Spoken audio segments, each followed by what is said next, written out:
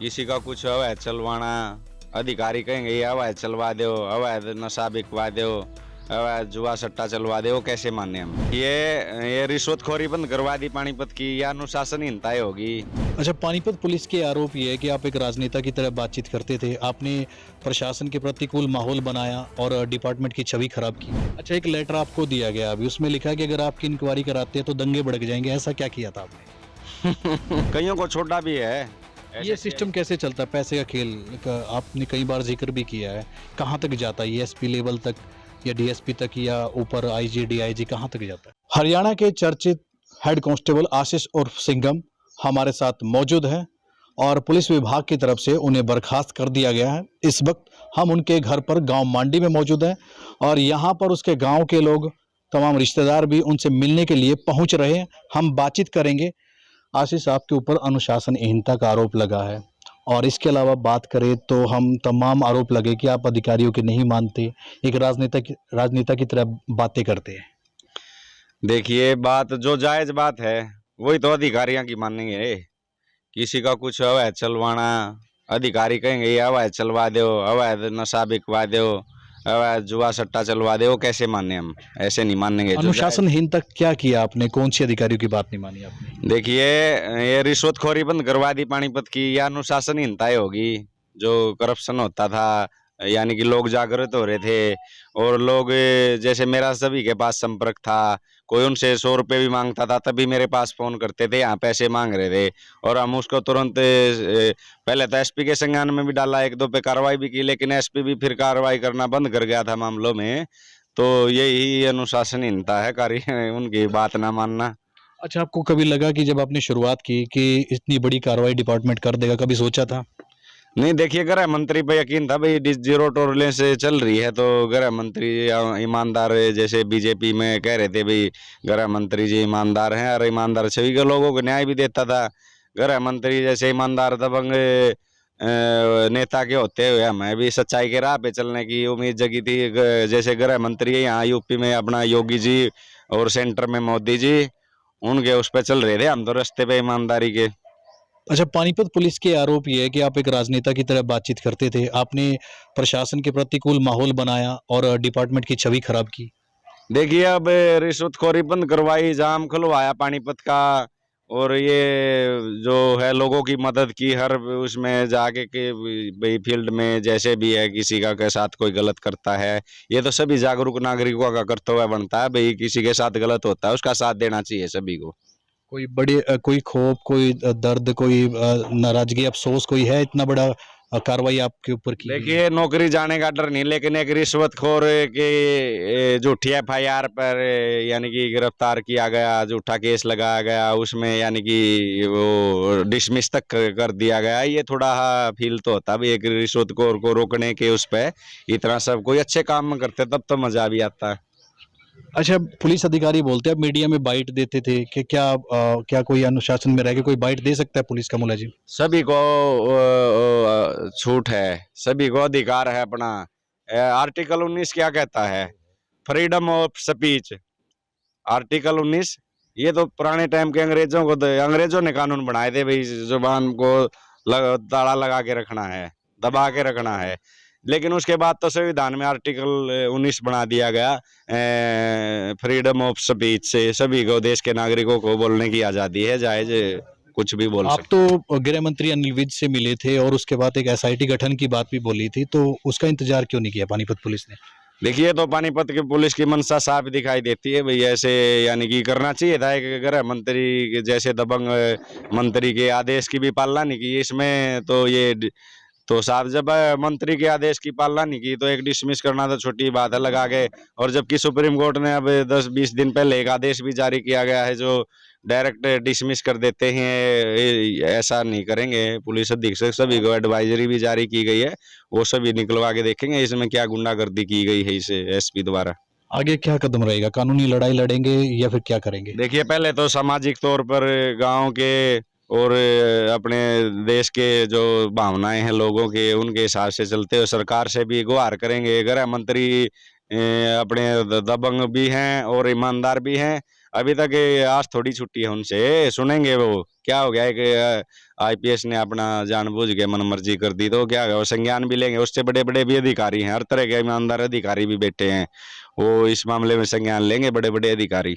Social media आपका एक हथियार था, काफी लोग आपसे जुड़े थे, क्या वो अभी रूटीन में चलेगा या फिर बंद करेंगे, कोई डर है ऐसा? नहीं, ये तो सभी के पास है अकाउंट, सोशल मीडिया अकाउंट सभी के पास, सभी की फेसबुक, सभी फेसबुक पे अपने अकाउंट बनाए हुए हैं। सब पुलिसकर्मी भी हर देश का नागरिक बना रहा है, इसमें आज के दिन कोई पीछे है? यानी कि मेरे थोड़े फैन ज्यादा हो गए तो इसमें मेरी क्या गलती है?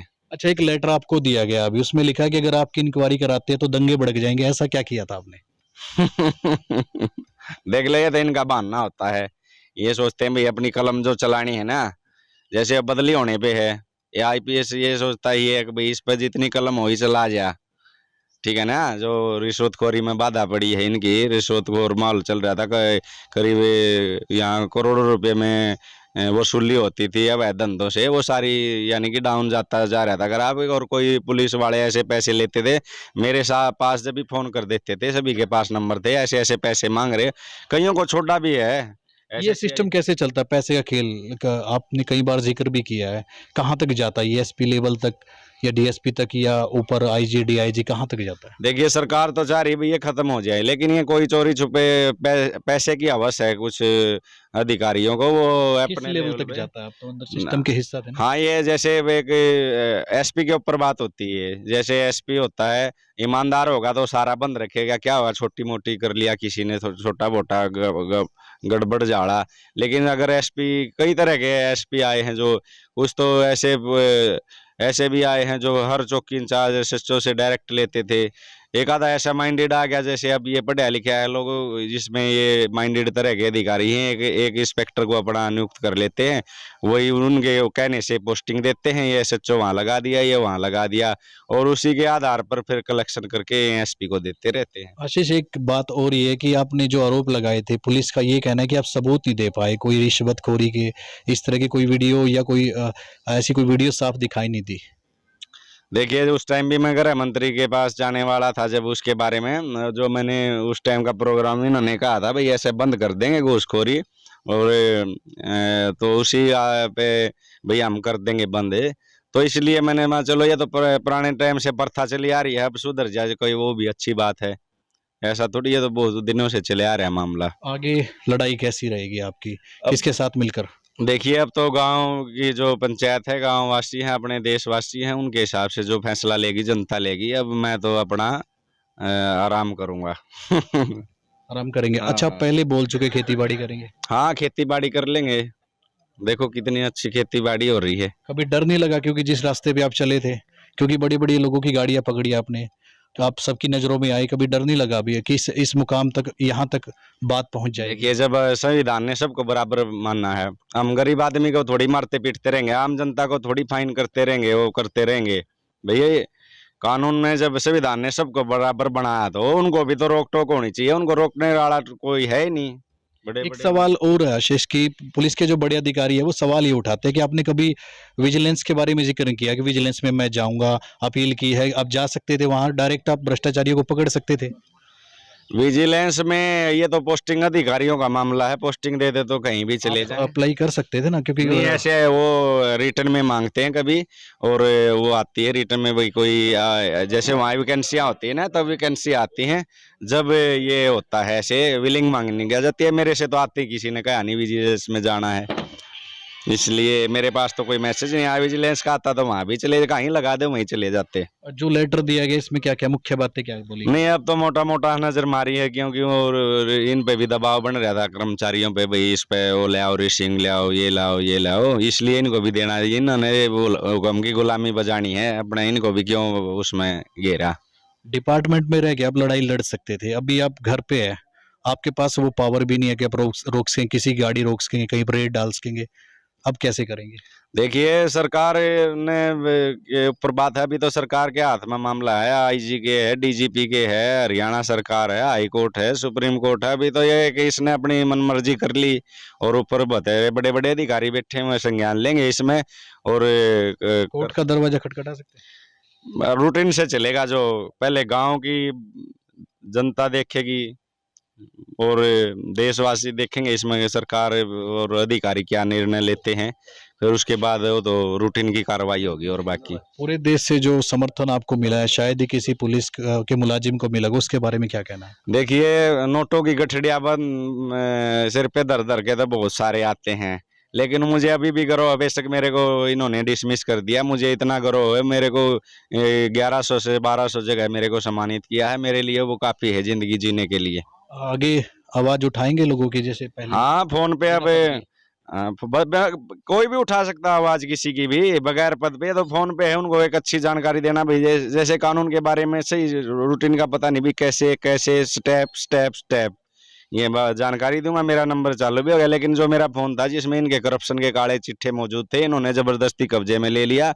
और मुझे पूरा उम्मीद है इन्होंने वो डिलीट भी कर दिए होंगे, वो सारा सिस्टम मेरे फ़ोन से जो इनके खिलाफ सबूत थे।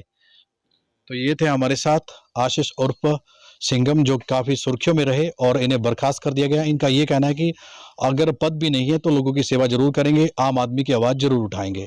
अपने सहयोगी मनोहर के साथ प्रदीप रेड्डू, हरियाणा तक पानीपत।